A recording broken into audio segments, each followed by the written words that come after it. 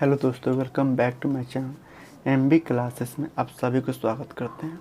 यदि आप इस चैनल पर नए हैं तो प्लीज़ चैनल को सब्सक्राइब कर लीजिएगा, वीडियो को लाइक कर लीजिएगा और जो बेल आइकन दिख रहा है ना उसको भी प्रेस कर लीजिएगा ताकि हम जब भी कोई वीडियो अपलोड करेंगे ना तो सबसे पहले आपके पास पहुंचेगा।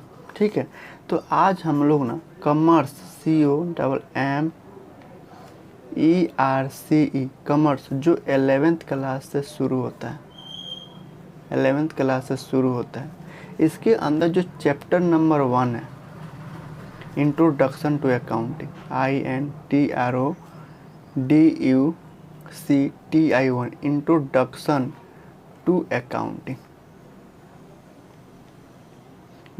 टू अकाउंटिंग जिसके बारे में हम लोग पहले पढ़ चुके हैं, डिस्कस कर चुके हैं इसके बारे में। यदि आप उस वीडियो को नहीं देखे हैं तो प्लीज़ मेरे इसी चैनल पे वो वीडियो अपलोड है, तो प्लीज़ उस वीडियो को देख लीजिएगा।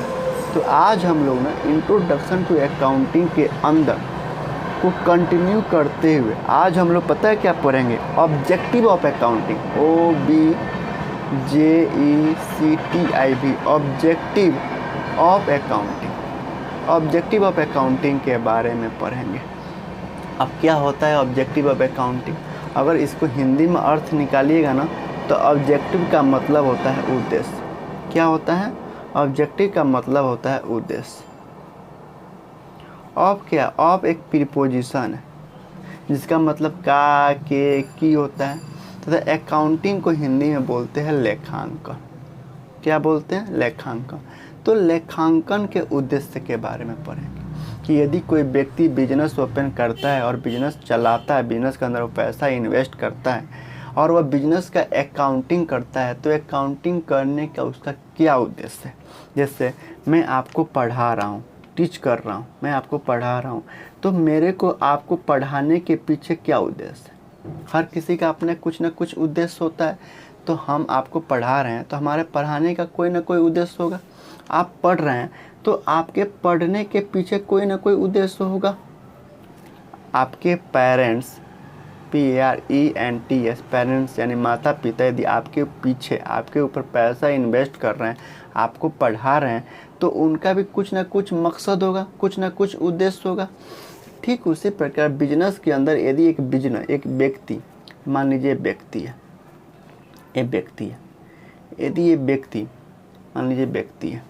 यदि ये व्यक्ति बिजनेस ओपन करता है, ये उसका बिजनेस है। एज्यूम करते हैं कि उसका यह बिजनेस है, BUSINESS।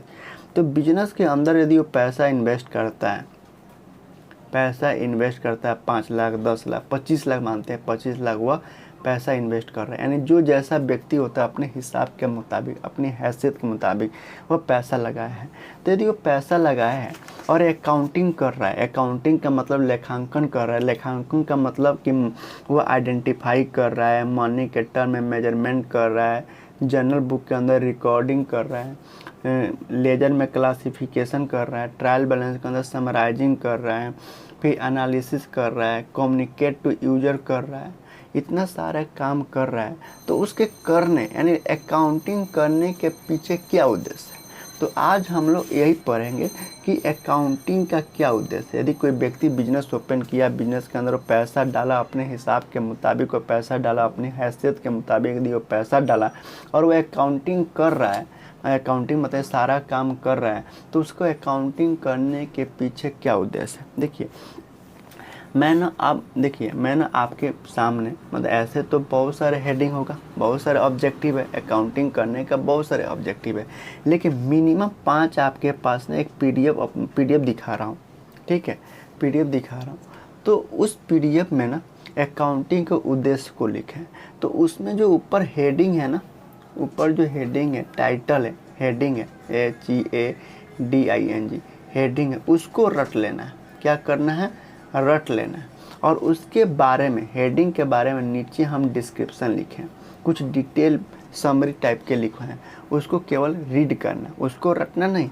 यदि आप रट भी लेते हो ना तो और बढ़िया, और बढ़िया, लेकिन रटने की ज़रूरत नहीं, बस हेडिंग को रटना है। ठीक है, तो अब आपके सामने वो पीडीएफ ला रहे हैं और पीडीएफ में अंदर लिखा है कि अकाउंटिंग करने का क्या उद्देश्य है। ठीक है, देखिए अकाउंटिंग करने का ना बहुत सारे उद्देश्य है।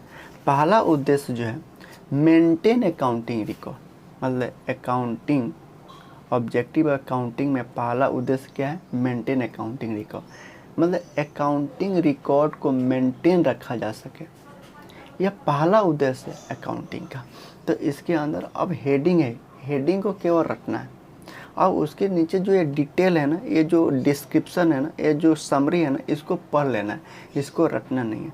तो इसके बारे में क्या है, मेंटेन अकाउंटिंग रिकॉर्ड के बारे में क्या है, पढ़ते हैं। अकाउंटिंग का मेन ऑब्जेक्टिव यही होता है कि बिजनेस के सारे ट्रांजैक्शन को रूल के अकॉर्डिंग एक सिस्टमेटिक वे में रिकॉर्ड किया जाए। ट्रांजैक्शन का कंप्लीट रिकॉर्ड रखने से बिजनेस में एरर और फ्रॉड होने की पॉसिबिलिटीज़ से बचा जा सकता है। इसलिए बिजनेस के सारे ट्रांजैक्शन पहले जर्नल, हम पढ़ाएंगे कि जर्नल क्या होता है, फिर सब्सिडरी बुक भी पढ़ाएंगे क्या होता है, में रिकॉर्ड किए जाते हैं, और फिर उसके बाद लेजर में उसकी पोस्टिंग की जाती है। लेजर भी, जब हम लेजर के अंदर चलेंगे ना, क्लासिफिकेशन के अंदर चलेंगे, तो वहाँ लेजर भी पढ़ाएंगे लेजर क्या होता है। ठीक है, इस तरह से बिजनेस के सारे ट्रांजैक्शन को एक सिस्टमेटिक रिकॉर्ड रखा जाता है। ये पहला उद्देश्य हो गया, पहला ऑब्जेक्टिव हो गया।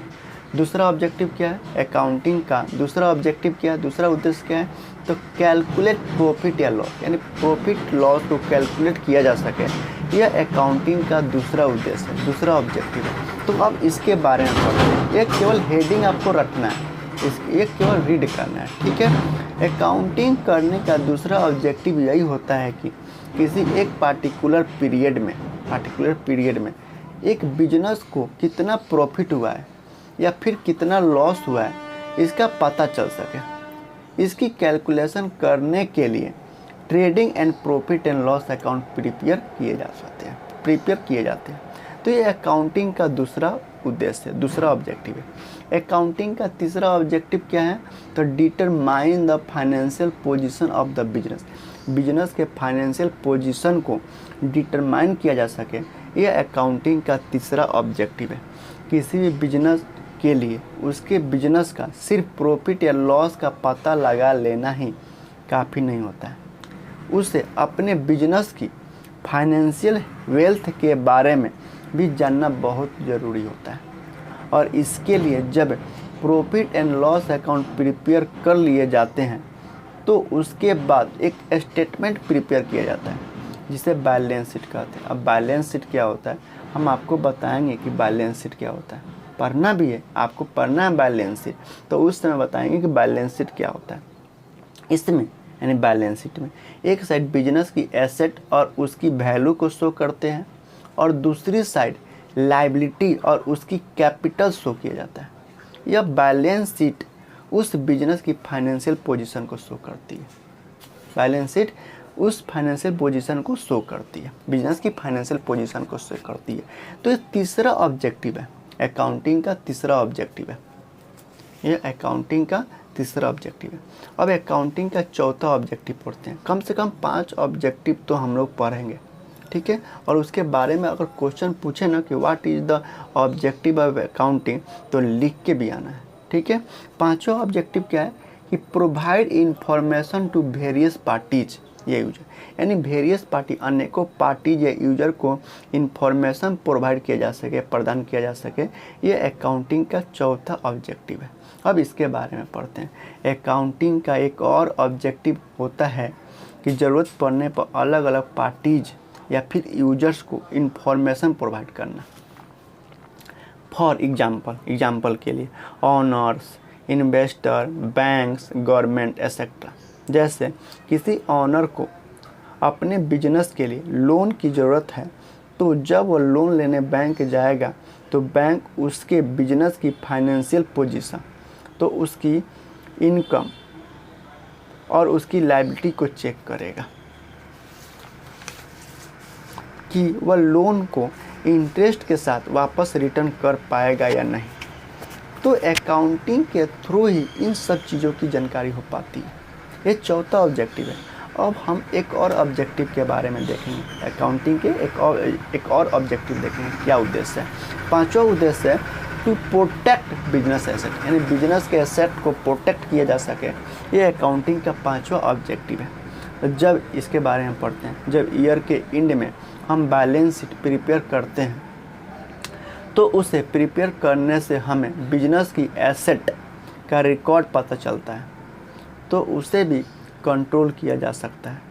एसेट को अपने पास रखना बहुत ज़रूरी है, इसलिए एसेट को प्रॉपरली मेंटेन करना, उसके रिकॉर्ड रखना और उसे प्रोटेक्ट करना भी अकाउंटिंग का ऑब्जेक्टिव होता है।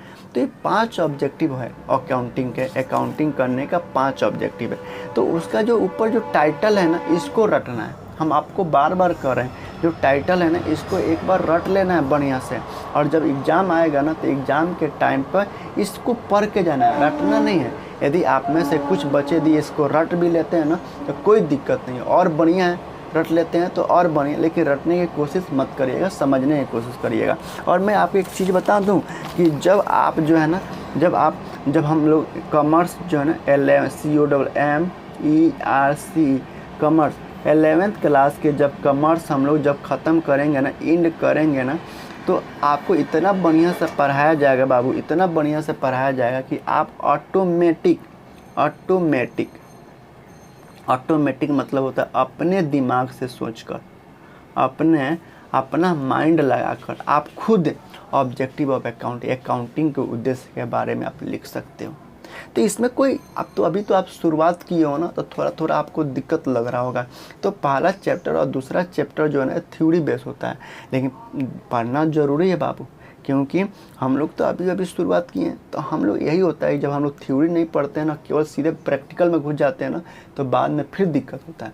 तो ज़्यादा नहीं है, 1-2 अब हम लोग कल पढ़ेंगे advantage of accounting, limitation of accounting, single entry system, double entry system में डिफरेंस पढ़ेंगे, फिर बुक कीपिंग और अकाउंटिंग में अंतर पढ़ेंगे। इतना पढ़ने के बाद पहला चैप्टर जो है ना एंड हो जाता है। तो मतलब टेंशन लेने की ज़रूरत नहीं है, क्योंकि जब आप प्रैक्टिकल में घुसेंगे ना तो यही सब काम आएगा। ठीक है, तो आज के लिए इतना ही वीडियो एंड करते हैं। चलो बाय, ठीक है, बाय।